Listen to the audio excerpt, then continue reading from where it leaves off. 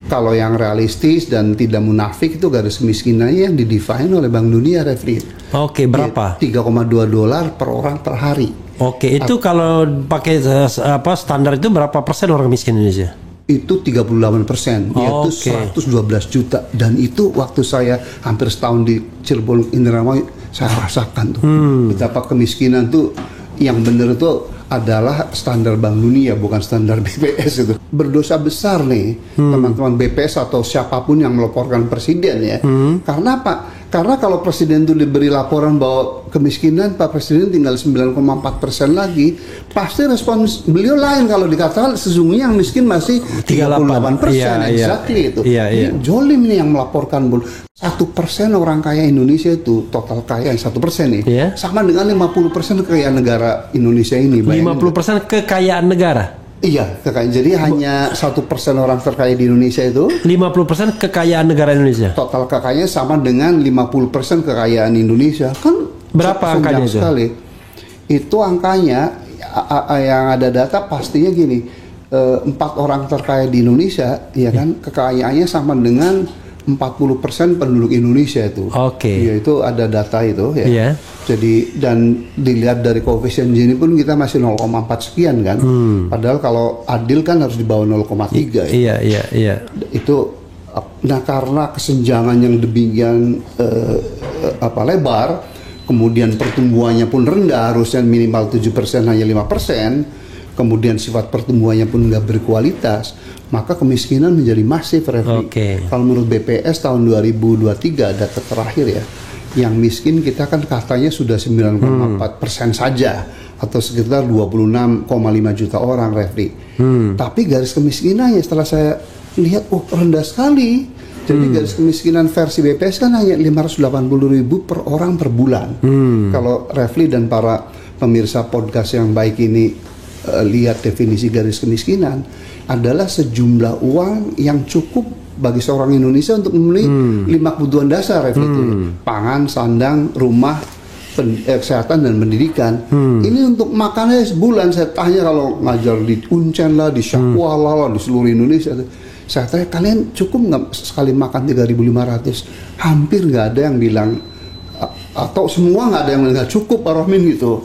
Katakanlah cukup berarti sehari kan 3 kali makan, 10.500, katakanlah 10.000 lah, berarti sebulan perlu 300.000. Kalau gitu untuk 4 kebutuhan dasar lainnya itu sandang, rumah, kesehatan dan pendidikan hanya 280.000, which is tidak cukup gitu. Jadi kalau yang realistis dan tidak munafik itu garis kemiskinannya yang didefine oleh Bank Dunia, Refri. Berapa? $3,2 per orang per hari. Itu kalau pakai standar itu berapa persen orang miskin Indonesia? Itu 38%, yaitu 112 juta. Dan itu waktu saya hampir setahun di Cirebon Indramayu, saya rasakan tuh betapa kemiskinan tuh yang benar itu adalah standar Bank Dunia, bukan standar BPS itu. Kalau BPS berapa dolar? Hanya $1,25. Dan itu berapa persen kalau BPS? 9,4. Jauh sekali. Jauh memang. Jadi ini menurut saya berdosa besar nih teman-teman BPS atau siapapun yang melaporkan presiden ya. Karena apa? Karena kalau presiden itu diberi laporan bahwa kemiskinan, Pak Presiden tinggal 9,4% lagi, pasti respons beliau lain kalau dikatakan sesungguhnya yang miskin masih 38%. Exactly itu. Ini jolim nih yang melaporkan, Bun. Hanya cari muka. Emang presiden nggak paham? Ya harusnya paham. Sorry, 2017 saya pernah bersama Kiai Said Agil Siroja, kan dulu penasihat PBNU juga diundang Pak Presiden tuh, Refri, September 2017 bahwa Presiden, karena ini kan katanya podcast tahun partai dengaling-aling kan, itu true story itu, September 2017, right? Dan alhamdulillah Pak Presiden didampingi oleh sahabat saya, Bapak Profesor Pratikno itu. Mensesnek. Pratikno itu siapa? Mensesnek. Dan beliau memberi jalan karena merah ke saya itu. Karena waktu kami berdua datang Kiai Said, Pak Presiden sama Mas Pratikno jemput kami di tangga itu tuh. 2017 masih agak normal pemerintahan.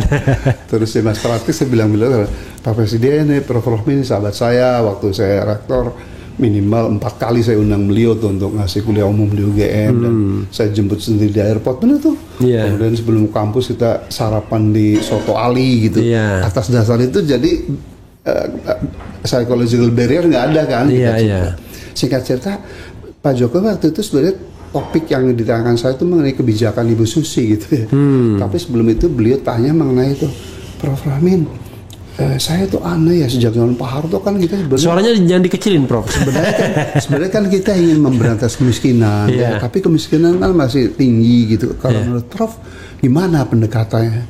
Saya jawabannya seperti kayak Nabi menaik sahabat tuh, bahwa Presiden lebih tahu. Mungkin cuman menurut hemat hijau saya, mungkin pendekatannya harus dibalik Pak Presiden. Maksudnya dibalik kita harus sepakat dulu apa yang dimaksud dengan orang miskin gitu. Lalu saya cerita mengenai garis kemiskinan itu antara garis kemiskinannya versi BPS dibandingkan versi apa namanya Bank Dunia gitu. Nah jadi Pak Presiden kalau kita sepakat garis kemiskinan Bank Dunia, berarti kan setiap orang tuh harus spending gitu ya minimal $96 Refli. Iya kan? Per bulan. Per bulan 3,2 kali 30 hari kan. Iya. Nah jadi kalau kurs rupiah sekarang itu sekitar 1,5 juta lah gitu. Iya, 1,5 juta. Nah karena keluarga Indonesia tuh biasanya 5 Refli, yaitu ayah, ibu dan 3 anak kan rata-rata gitu ya. Nah lalu biasanya di keluarga itu pun yang kerjanya ayah Refli. Coba buruh pabrik, nelayan, petani gitu. Nah jadi Bapak Presiden harusnya seorang pekerja di Indonesia itu 7,5 juta. Exactly. Wah Refli ini benar-benar cum laude 7,5 juta. Nah lihat Refli, UMR atau upah minimum regional yang paling tinggi kan DKI. Berapa? 4,6. That's explain kenapa competitiveness industri kita rendah. Karena pekerjaannya itu selalu berpikir rumah gitu ya. Ini 4,6 juta hidup di Jakarta dengan anak satu aja nggak cukup gitu. Nah jadi harusnya kalau itu sepakat Bapak Presiden, maka Bapak harus instruksikan seluruh menterinya, terutama Menteri Ekonomi itu. Kalau misalnya saya Menteri Pertanian, harusnya Menteri Pertanian sudah punya rumus economic of skill. Petani sawah itu berapa gitu. Nah, menurut penelitian IPB, ini contoh aja ya. Dan FAO tahun 2000, economic of skill usaha padi sawah itu sekitar 1,5 hektar, Refli. Kalau 1,5 hektar baru hasilnya tuh 7,5 juta. Fakta di lapang sejak tahun 90, garapan petani sawah di Jawa kan rata-rata 0,4. Jadi siapapun bupatinya, siapapun gubernur, nggak mungkin makmur gitu. Nah jadi itulah pentingnya transformasi struktural ekonomi. Tulisan yang saya kirim ke Refli itu saya tulis di Kompas. Jadi artinya kedepannya kalau negara mau maju tuh sektor primer, entah itu pertanian, perikanan, iya kan, kehutanan, peternakan tuh memang harus jumlahnya sedikit, Refli, tetapi dia modern. Nah, pertanyaannya, lalu surplus tenaga kerja dari sektor pertanian dikemenakan, itulah transformasi sektor ekonomi. Sektor sekundernya, manufakturnya dikembangkan, Refli. Nah jadi harusnya saya bilang waktu itu bahwa Presiden bisa menepuk dada semua kalau income rakyat Indonesia itu minimal 7,5 juta. 7,5 juta per bulan.